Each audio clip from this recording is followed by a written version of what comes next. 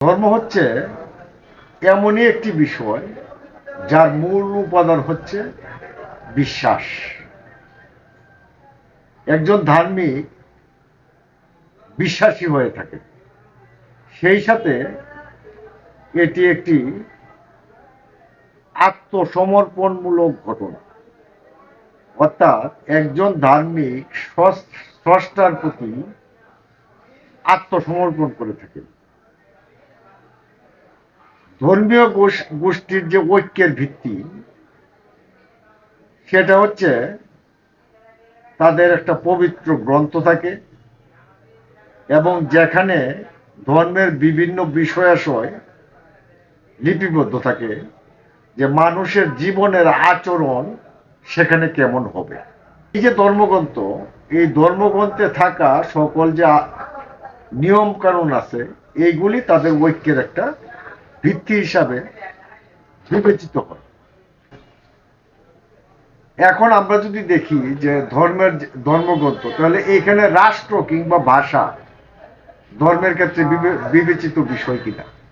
না, রাষ্ট্র বা ভাষা কখনোই ধর্মের ক্ষেত্রে কোনো বিবেচিত বিষয় নয়। একটি ধর্মের অনুসারী সে যে কোনো সমাজের, যে কোনো রাষ্ট্রের বাসিন্দা হতে পারে, কিন্তু সেইখানে তার পরিচয় হচ্ছে তিনি সেই ধর্মের লোক। রাষ্ট্র দিয়ে বা ভাষা দিয়ে ধর্মকে কখনো বিবেচনা করা যায় না। ধর্ম হচ্ছে একটা জীবনাচার পদ্ধতি। এই পদ্ধতি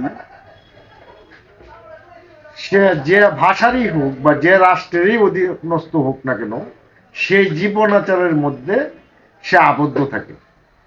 সে কখনো, ধরেন আজকের একজন মুসলিম বা হিন্দু বা একজন খ্রিস্টান, কেউ বাংলাদেশে বাস করবে, কেউ আমেরিকায় বাস করবে, কেউ আফ্রিকায় বাস করবে, তার জীবনাচারের মধ্যে প্রস্ফুটিত হবে তার ধর্ম। কখনোই তার ভাষা বা রাষ্ট্রের মধ্যে তার ধর্ম বিকশিত হবে না, তার জীবনাচারটাই ধর্মের অন্তর্ভুক্ত হবে। এখন আসেন ধর্মবিশ্বাস মানে কি?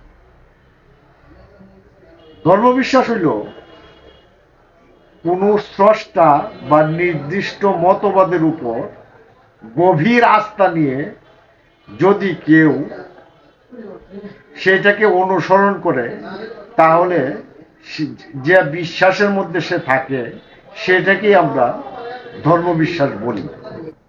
তার আধ্যাত্মিক এবং নৈতিক জীবনযাপনের পদ্ধতির যে রীতিনীতি আছে, সেই রীতিনীতি পরিচালনা করার যে নির্দিষ্ট যে উপাসনা রীতি আছে, এবং জীবনযাপনের মাধ্যমে এই ধর্মবিশ্বাসটা মানুষের প্রকাশ পায়। তাহলে আমরা যদি চিন্তা করি যে ধর্মবিশ্বাস সেটা পৃথিবীর যে কোনো প্রান্তেই সেই লোকটি থাকুক না কেন, সে একটা নির্দিষ্ট ধর্মবিশ্বাসের ভিতরে থাকতে পারে।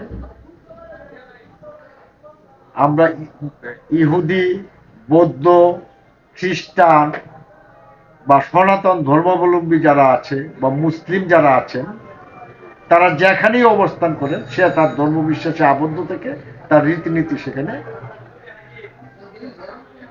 রীতিনীতির মাধ্যমে তিনি পরিচালিত হন। কিন্তু এই আধুনিক যুগে এসে যে এই ধর্মবিশ্বাসের একটি বিষয় যুক্ত হওয়ার পরে যে সমস্যাটা সৃষ্টি হয়েছে, সেটা হচ্ছে ধর্মীয় জাতিবাদ।